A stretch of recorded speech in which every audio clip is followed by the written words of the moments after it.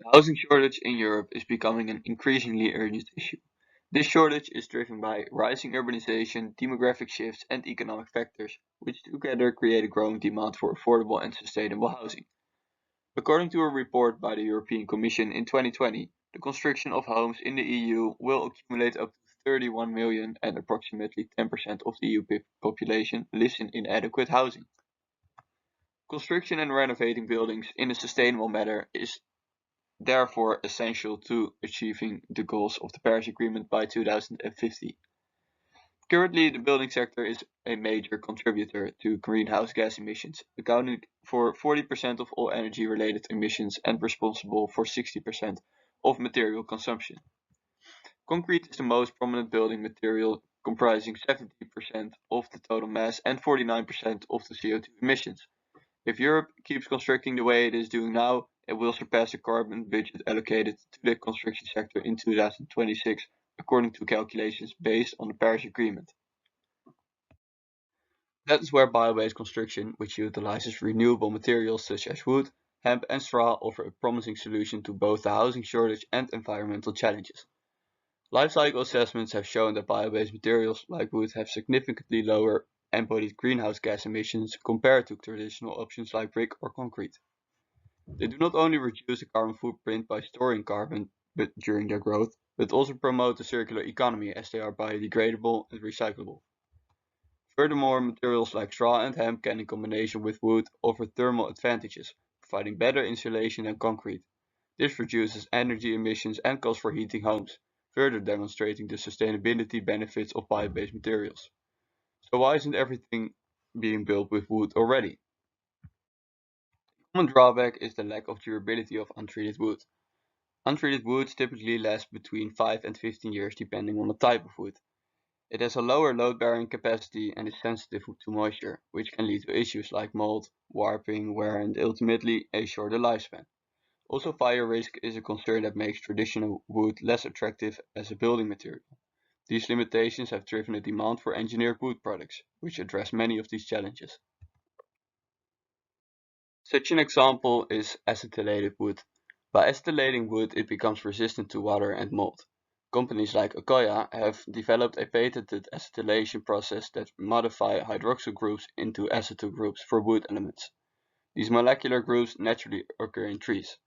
Acetylated wood has a high resistance to changing weather, requires low maintenance, and can remain stable and durable for over 70 years. However, it is less suitable for structural application due to wood's limited load-bearing capacity. As a result, it still serves as a complement rather than a replacement for materials like concrete and steel. Another example of wood that has been increasingly used recently is laminated veneer lumber, or LVL. It's a type of glulam made by bonding layers of wood horizontally for added strength.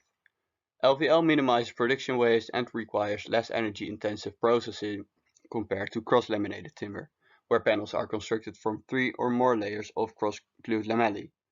These CLT elements construction are prefabricated that reduces on-site construction time, optimize material use, and decrease construction waste. These engineered wood products are used in timber frame construction, which forms the foundation for further house construction. Despite emissions associated with the CLT production, its environmental benefits are significant.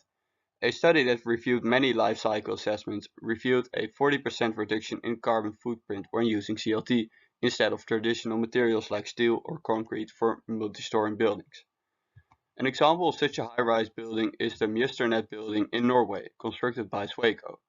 Opened in 2019, this 85-meter tall structure was built with laminated veneer lumber and demonstrated that tall wooden buildings are both possible and future-proof.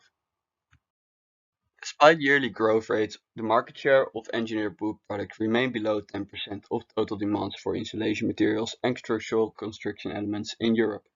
This is partly because the engineered wood products industry is still relatively young and struggles to meet the increasing demand due to a lack of manufacturers. To meet the demand for timber construction, the number of wood plantations will need to expand significantly.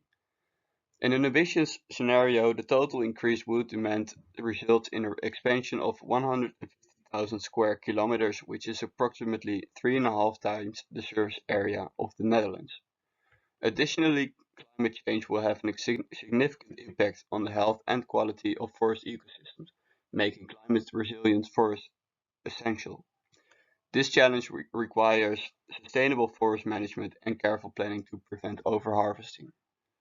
However, when succeeding, it is estimated that the European building sector could achieve a yearly additional long-term carbon storage of 69 megatons by 2030. The use of wood for construction varies greatly across Europe. A study classified the wood markets per country in Europe into four matrix phases: introduction, growth, maturity, and decline phase. Each phase reflects a country's wood-to-floor area ratio, which is the amount of wood used per square meter of constructed floor area. In the introduction phase, countries like Spain, Ireland, the Netherlands, and Portugal have low wood-to-floor areas, meaning they use very little wood in construction. However, these countries show potential for growth in adopting wood-based building materials. 12 countries, including Austria, Germany, and Italy, are in growth phase, showing a significant increase in wood usage, with Romania having the highest ratio despite the recent adoption of green building practices. Countries like Norway, Sweden, and Lithuania are in maturity phase, exhibiting stable markets and moderate growth for wood. However, about 80% of Lithuania's glue-laminated timber for wooden construction is exported, while 20% is used in national construction sector. In the article, this is seen as a missed opportunity for developing low-carbon economy based on high value-added products. But on the other hand, it creates opportunities for other countries that are less able to produce wood locally. Lastly, in the decline phase, countries like France and Malta show shrinking wood market shares, likely due to economic and pandemic-related challenges. So to conclude, engineered wood products in bio-based construction offer a sustainable pathway for the 31 million houses to be built.